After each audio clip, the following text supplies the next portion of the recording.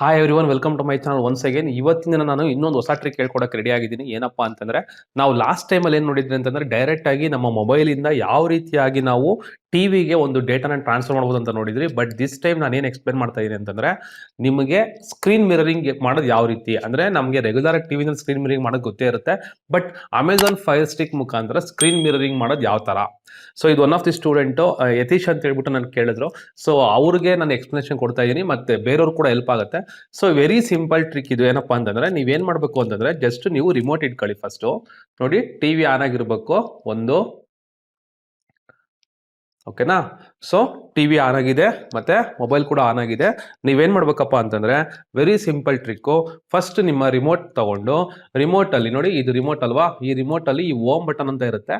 So ಈ ohm button ಒಂದು 3 second press ಮಾಡಿ ಹೋಲ್ಡ್ ಮಾಡಿ ಇಟ್ಕೊಳ್ಳಿ. ಓಕೆನಾ. ನೋಡಿ, ಈ ತರ ಹೋಲ್ಡ್ ಮಾಡಿ ಇಟ್ಕೊಂಡಾಗ ನಿಮ್ಗೆ ಇಲ್ಲಿ ಆಪ್ಷನ್ ಕಾಣಿಸುತ್ತೆ. ಏನಪ್ಪಾ ಅಂತಂದ್ರೆ, ಮಿರರಿಂಗ್ ಅಂತ ಕಾಣಿಸ್ತಿದೆ ಅಂತ ಅನ್ಕೋತೀನಿ. ಎಸ್. ಸೊ ಈ ಮಿರರಿಂಗ್ ಅಂತ ಕಾಣಿಸ್ದಾಗ ನೀವೇನ್ ಮಾಡ್ಬೇಕು, ಆ ಮಿರರಿಂಗ್ ಆನ್ ಮಾಡಿ. ಓಕೆ, ಈ ತರ ಸಿಂಬಲ್ ಬರುತ್ತೆ. ಈಗ ಮೊಬೈಲಲ್ಲಿ ಏನ್ ಮಾಡ್ಬೇಕಪ್ಪ ಅಂದ್ರೆ, ನೀವು ಕಾಸ್ಟ್ ಸ್ಕ್ರೀನ್ ಆನ್ ಮಾಡಬೇಕು. ನೋಡಿ, ಸೊ ಇಲ್ಲಿ ಸ್ಕ್ರೀನ್ ಕಾಸ್ಟ್ ಅಂತ ಕಾಣಿಸ್ತಾ ಇದೆ. ಇನ್ ಕೇಸ್ ನಿಮಗೆ ಸ್ಕ್ರೀನ್ ಕಾಸ್ಟ್ ಕಾಣಿಸ್ಲಿಲ್ಲ ಅಂತಂದ್ರೆ, ಸೆಟ್ಟಿಂಗ್ಸ್ ಅಲ್ಲಿ ಹೋಗ್ಬಿಟ್ಟು ನೀವು ಕಾಸ್ಟ್ ನ ಎನೇಬಲ್ ಮಾಡ್ಕೊಬಹುದು. ಓಕೆನಾ. ಸೊ ಇಲ್ಲಿ ಆಲ್ರೆಡಿ ಕಾಣಿಸ್ತಾ ಇದೆ. ಆ ಸ್ಕ್ರೀನ್ ಕಾಸ್ಟ್ ನ ನಾನು ಏನ್ ಮಾಡ್ತೀನಿ, ಆನ್ ಮಾಡ್ತೀನಿ. ಸೊ ಈ ತರ ನಿಮಗೆ ನಿಮ್ಮ ಟಿವಿ ಕನೆಕ್ಟ್ ಆಗೋದು ಕಾಣಿಸುತ್ತೆ. ನೋಡಿ, ಈಗ ಕಾಸ್ಟ್ ಸ್ಕ್ರೀನ್ ಟು ಡಿವೈಸ್ ಅಂತ ಕಾಣಿಸ್ತಾ ಇದೆ. ಸೊ ಅಕ್ಷಯ ಫೈರ್ ಟಿವಿ ಅಂತ ಇದೆ, ಅದ್ರ ಮೇಲೆ ಪ್ರೆಸ್ ಮಾಡಿ.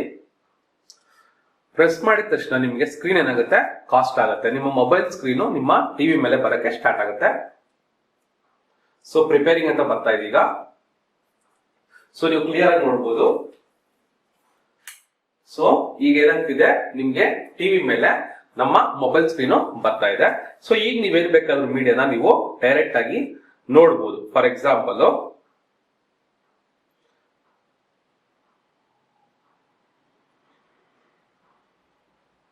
ಯಾವ್ದೋ ಒಂದು ಮೂವಿ ಇರುತ್ತೆ ಅಂತ ಇಟ್ಕೊಳ್ಳಿ.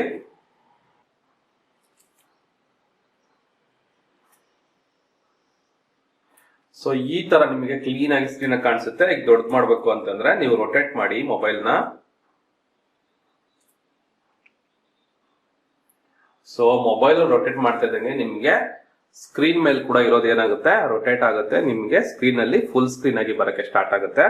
ಸೊ ಬಟ್ ಒಂದು ಸ್ಕ್ರೀನ್ ನೆನಪಿರ್ಬೇಕು. ಏನಪ್ಪಾ ಅಂತಂದ್ರೆ, ನೀವು ಸ್ಕ್ರೀನ್ ಕಾಸ್ಟ್ ಮಾಡಿದಾಗ ನಿಮ್ಮ ರಿಮೋಟ್ ಅಲ್ಲಿ ನೀವು ಫಾರ್ವರ್ಡ್ ಎಲ್ಲ ಮಾಡಕ್ ಆಗೋದಿಲ್ಲ.